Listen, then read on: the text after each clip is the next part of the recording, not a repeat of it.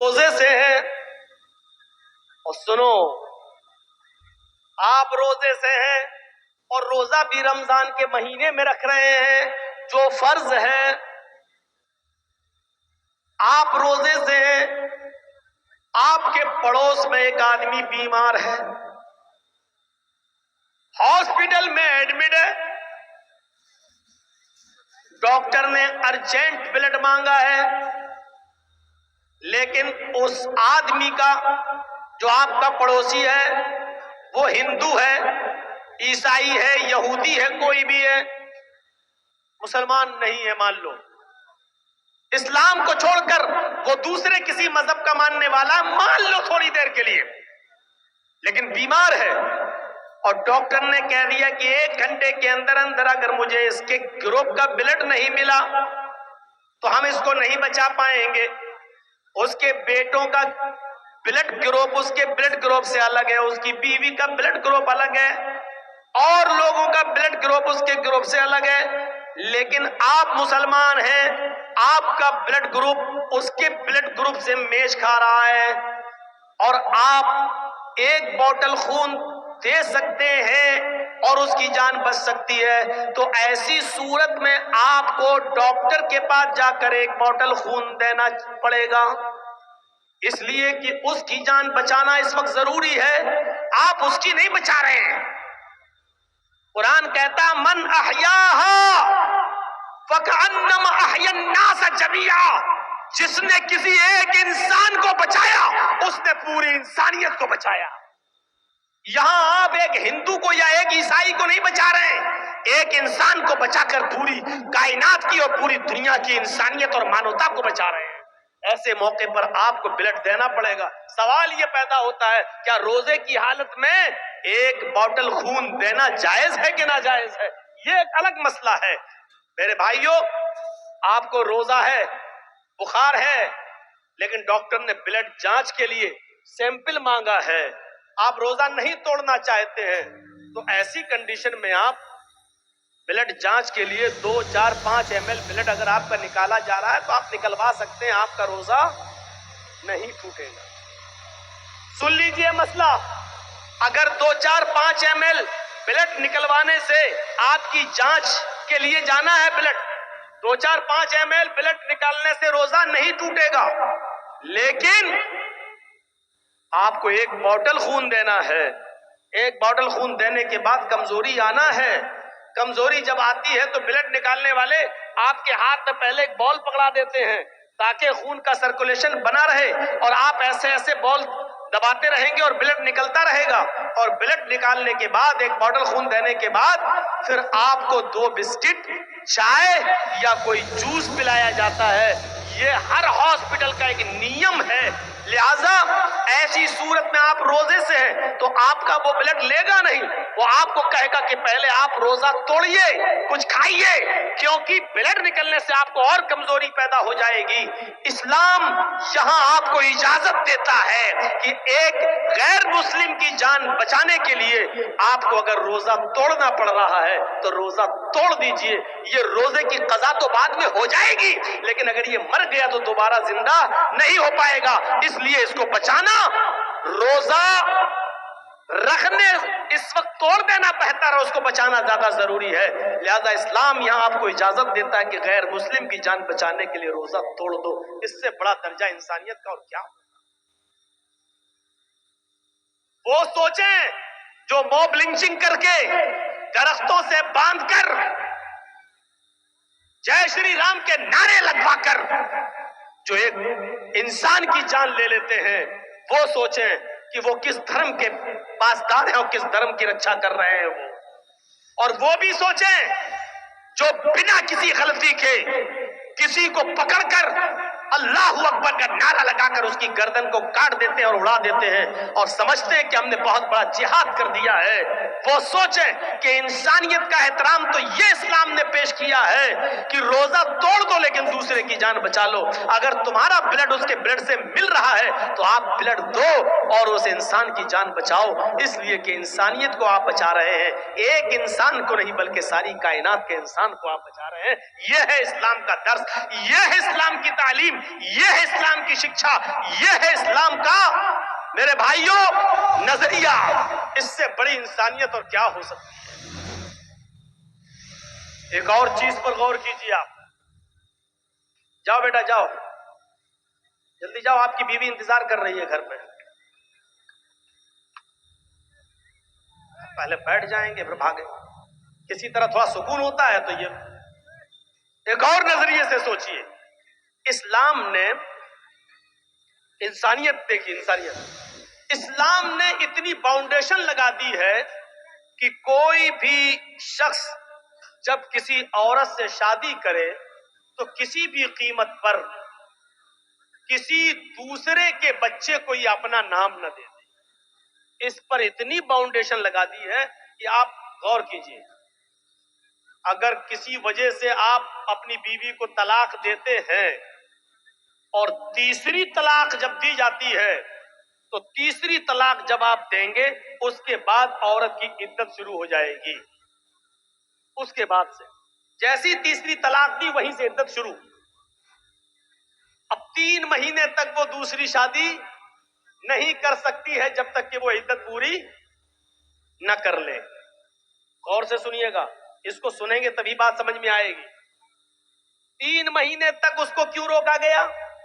کیونکہ 3 مہینے میں ہو سکتا ہے کہ جو آدمی طلاق دے رہا ہو اس کا کوئی بچہ اس عورت کے پیٹ میں ہو۔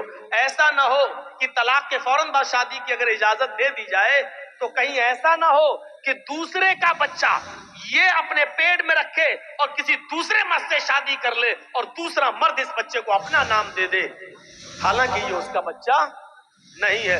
اس لیے 3 مہینے کا حکم دیا ہے کہ وہ عدت گزارے گی۔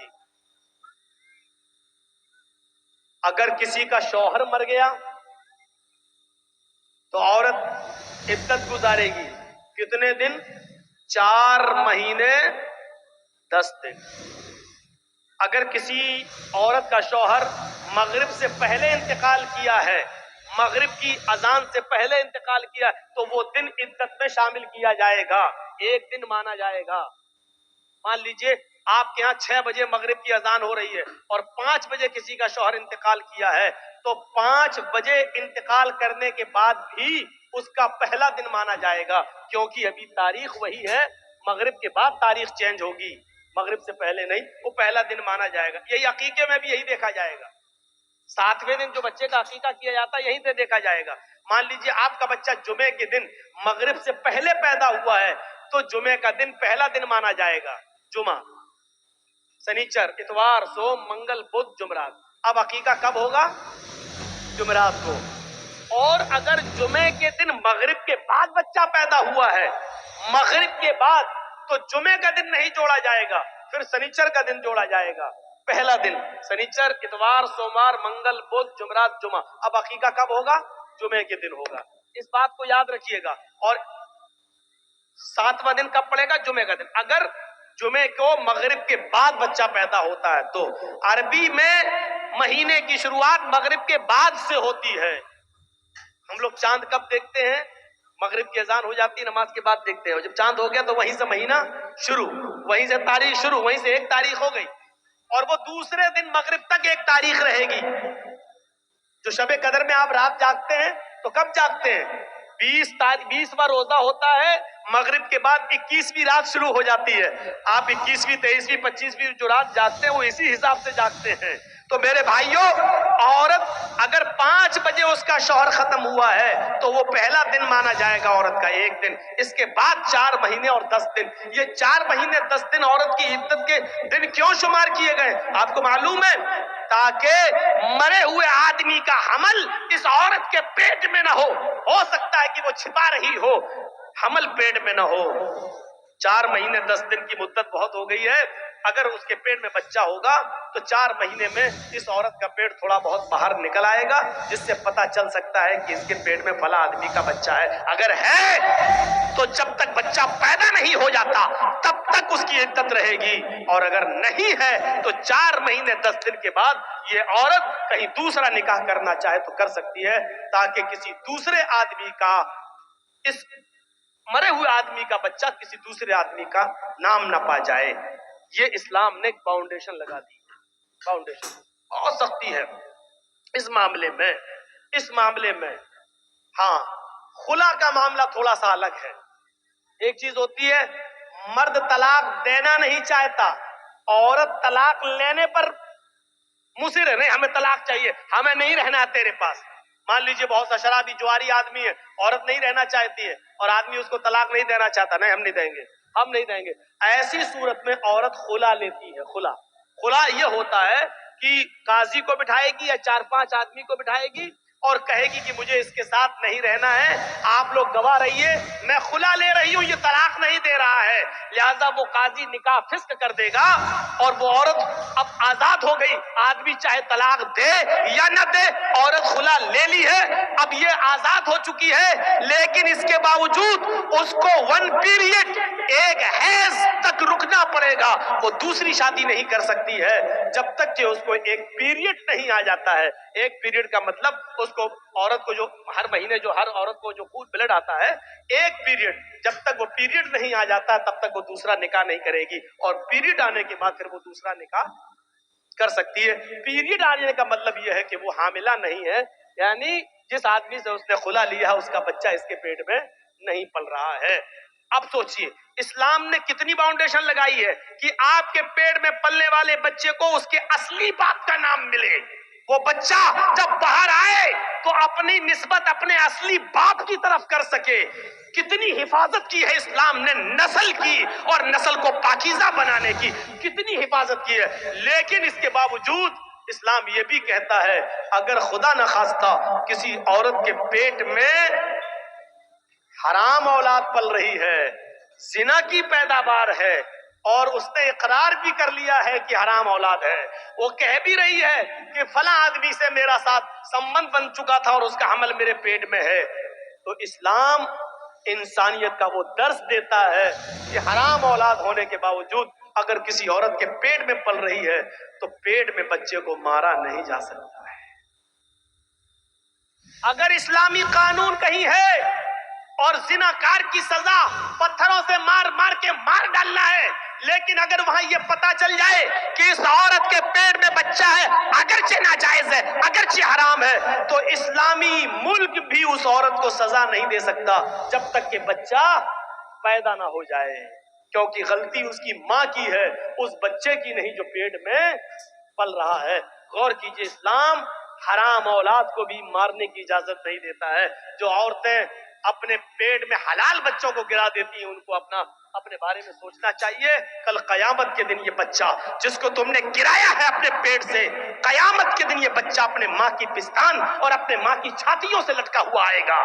جاء یوم القیامت ومعلق بین ثدیہا، وہ بچہ قیامت کے دن اس حال میں آئے گا کہ معلق بین ثدیہا، اپنے ماں کی دونوں پستان سے لٹکا ہوا ہوگا، اپنی ماں کی پستان سے دودھ چوس رہا ہوگا، اور اللہ کہے گا اے اس ماں کی پستان سے دودھ چوسنے والے بچے، کیا تیری کوئی شکایت ہے؟ کیا تو کچھ بولنا چاہتا ہے؟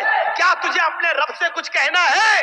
اللہ اس کو زبان دے گا۔ وہ چھوٹا سا بچہ جو اپنے ماں کی پستان سے دودھ چوس رہا ہوگا اپنی زبان ہٹائے گا، اپنا منہ ہٹائے گا، یقول، اور اللہ سے شکایت کرے گا یا ربی ہذہ امی قتلتنی، اللہ یہ میری ماں ہے جس کا دودھ میں پی رہا ہوں، جس کی پستان سے میں لٹکا ہوا ہوں، اللہ یہ میری ماں ہے جس نے دنیا میں مجھے مار ڈالا تھا، اللہ یہ میری ماں ہے جس نے دنیا میں مجھے قتل کر دیا تھا، ہذہ امی قتلتنی، اللہ یہ میری ماں ہے جس نے دنیا میں مجھے مار ڈالا تھا، اللہ یہ میری ماں ہے جس نے دنیا میں مجھے قتل کر ڈالا تھا، اے اللہ یہ دنیا میں میری نہ ہوئی تو اس کا مت ہو، اس کو بھی تو جہنم میں پھینک دے۔ اللہ رب العالمین پھر اس عورت کو جس نے دنیا میں اپنے بچے کا مرڈر کیا بنا کسی غلطی کے، بنا کسی پریشانی کے، اس نے یہ سوچ کر کہ 3 لڑکیاں پہلے سے، چوتھا بھی میری لڑکی ہے، الٹرا ساؤنڈ پہ چیک کرانے کے بعد پتا چلا لڑکی ہے، نہیں ہمیں نہیں چاہیے، اور ایبورشن کرا دیا، گرا دیا، قیامت کے دن اس عورت کو جہنم میں پھینک دیا جائے گا، اور وہ بچہ اپنی ماں کو خود جہنم میں لے جانے کا سبب بنے گا کہ نہیں اللہ اس نے دنیا میں مجھے مار ڈالا تھا۔ اسلام تو حرام اور ناجائز اولاد بھی گرانے کی اجازت نہیں دیتا ہے. یہ اسلام انسانیت کا احترام ہے، انسانیت کا احترام. اسلام میں بہت جہاں تھوڑا بہت مسئلہ ہارڈ لگتا ہے وہیں آسانی بھی پیدا ہوتی ہے. مان لیجئے رمضان کا مہینہ اور 20 روزے گزر چکے ہیں. آج کوئی ہندو ہے یا کوئی عیسائی مسلمان ہو رہا ہے اور وہ 20ویں روزے کو مسلمان ہوا، تو اب وہ روزہ کب سے رکھے گا؟ روزے تو پورے مہینے کے فرض ہیں، لیکن کوئی ہندو یا کوئی عیسائی یا کوئی یہودی 20ویں روزے کو مسلمان ہو رہا ہے. 20 روزے تک ہندو تھا، عیسائی تھا یا یہودی تھا یا جینی تھا، بدھسٹ تھا. 20 روزے کے بعد مسلمان ہو رہا ہے 20ویں روزے کو، تو اب وہ روزہ کب سے رکھے گا؟ آج مسلمان ہوا ہے تو اب جب مسلمان ہوا تبھی سے تو رکھے گا. اب سوال یہ پیدا ہوتا ہے کہ وہ 20 روزے جو اس کے چھوٹے ہیں وہ پورے کرے گا یا نہیں کرے گا؟ تو صاف مسئلہ ہے کہ نہیں کرے گا. کیوں نہیں کرے گا؟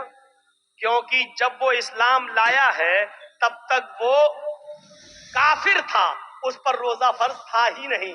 آج وہ اسلام لایا تو اب جتنے روزے ہیں اتنے وہ رکھے گا، بقیہ روزے وہ نہیں رکھے گا. اس لیے نہیں رکھے گا کیونکہ اس وقت اس کے اوپر روزے فرض ہے ہی نہیں. کتنے روزے رکھے گا؟ جتنے باقی ہیں. ایک چیز اور سن لیجئے، 20ویں روزے کو اسلام لایا، لیکن اسلام لا رہا 5 بجے شام میں اور روزہ کھلتا ہے 6 بجے. اب 5 بجے وہ اسلام لا رہا ہے تو اسلام جیسی وہ 5 بجے لایا تو اب کیا کرے گا؟ آج کا روزہ کیا کرے گا؟ تو 5 بجے اسلام لاتا ہے تو 5 بجے ہی سے اس کا روزہ شروع ہو گیا ہے، کیونکہ 5 بجے سے پہلے اس کے اوپر روزہ فرض تھا ہی نہیں، کیونکہ وہ کافر تھا. جیسے اسلام لایا ویسے اس پر روزہ فرض ہو گیا، ویسے ہی اس کے اوپر روزہ فرض ہو گیا. اب 5 بجے ہی وہ نیت کر لے گا کہ میں روزے سے ہوں. اسلام لے آیا، اشہد ان لا الہ الا اللہ وان محمد رسول اللہ. اسلام لاتے ہی اس کے اوپر عصر کی نماز فرض ہو جائے گی کیونکہ ٹائم ابھی باقی ہے، اور اسلام لا چکا ہے، عصر کا وقت ابھی باقی ہے، لہذا پہلے عصر کی نماز پڑھے گا اور یہیں سے اس کا روزہ بھی شروع ہو جائے گا کیونکہ اسلام لا چکا ہے. جب سے اسلام لایا یہیں سے روزہ شروع، اور 6 بجے وہ روزہ سب لوگوں کے ساتھ کھول لے گا اور اس کا یہ ایک روزہ مانا جائے گا. یہ ایک روزہ مانا جائے گا. یہ آسانی، یہ آسانی بھی ہے. اسلام مشکل نہیں ہے، لوگوں نے اس کو مشکل بنا دیا ہے. کیا وہ لوگ صحابہ نمازیں نہیں پڑھتے تھے؟ کیا وہ روزے نہیں رکھتے تھے؟ مشکل بنا دیا ہے. فجر میں نہیں اٹھ پا رہے ہیں صاحب، کیوں؟ اب رات میں 1 بجے جرجی صاحب کو ٹائم ملے گا، 3 بجے تک جلسہ چلے گا، پھر آدمی یہاں سے جائے گا، تھوڑی دیر کمر سیدھی کرے گا، فجر میں اٹھے گا، نہیں اٹھ پائے گا. کلیئر ہے؟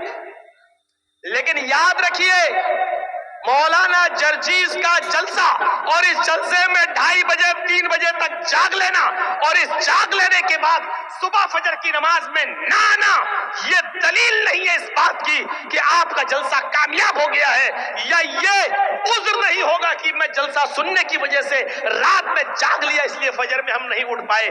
جلسہ کرانا فرض نہیں تھا، فجر کی نماز پڑھنا فرض تھا.